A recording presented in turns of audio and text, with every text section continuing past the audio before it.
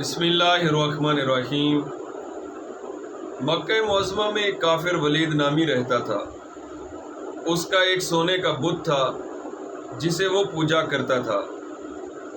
ایک دن اس بت میں حرکت پیدا ہوئی اور وہ بولنے لگا۔ اس بت نے کہا، لوگو، محمد اللہ کا رسول نہیں ہے، اس کی ہرگز تصدیق نہ کرنا، معاذ اللہ۔ ولید بڑا خوش ہوا اور باہر نکل کر اپنے دوستوں سے کہا، مبارکباد مبارکباد، آج میرا معبود بولا ہے اور صاف صاف اس نے کہا ہے کہ محمد اللہ کا رسول نہیں ہے۔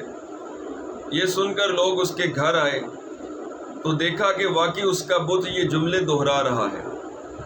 وہ لوگ بھی بہت خوش ہوئے اور دوسرے دن ایک عام اعلان کے ذریعے ولید کے گھر میں ایک بہت بڑا اجتماع ہو گیا تاکہ اس دن بھی وہ لوگ بت کے منہ سے وہی جملہ سنیں۔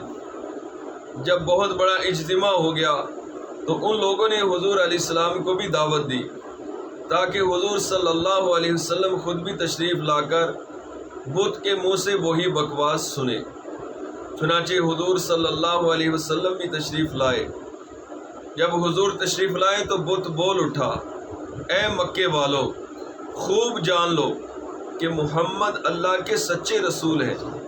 ان کا ہر ارشاد سچا ہے اور ان کا دین برحق ہے۔ تم اور تمہارے بت جھوٹے، گمراہ اور گمراہ کرنے والے ہیں۔ اگر تم اس سچے رسول پر ایمان نہ لاؤ گے تو جہنم میں جاؤ گے۔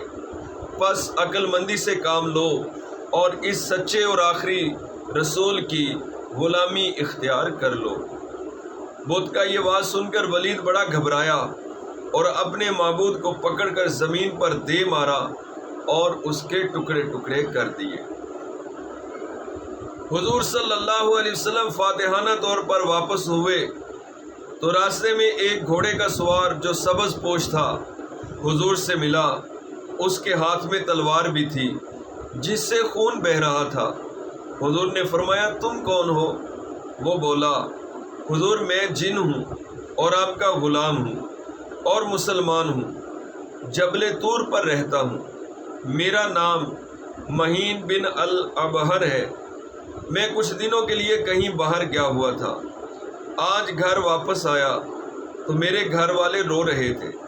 میں نے وجہ دریافت کی تو معلوم ہوا کہ ایک کافر جن جس کا نام مسفر تھا وہ مکہ میں آ کر ولید کے بت میں گھس کر حضور کے خلاف بکواس کر گیا ہے اور آج پھر گیا ہے تاکہ پھر بت میں گھس کر آپ کے متعلق بکواس کرے۔ یا رسول اللہ، مجھے سخت غصہ آیا۔ میں تلوار لے کر اس کے پیچھے دوڑا اور اسے راستے میں ہی قتل کر دیا، اور پھر میں خود ولید کے بت کے اندر گھس گیا اور آج جس قدر تقریر کی ہے میں نے ہی کی ہے، یا رسول اللہ صلی اللہ علیہ وسلم۔ حضور نے یہ قصہ سنا تو آپ نے بڑی مسرت کا اظہار کیا اور اس اپنے غلام جن کے لیے دعائے برکت فرمائی۔ صلو علی الحبیب صلی اللہ تعالی علی محمد صلی اللہ تعالی علیہ وسلم۔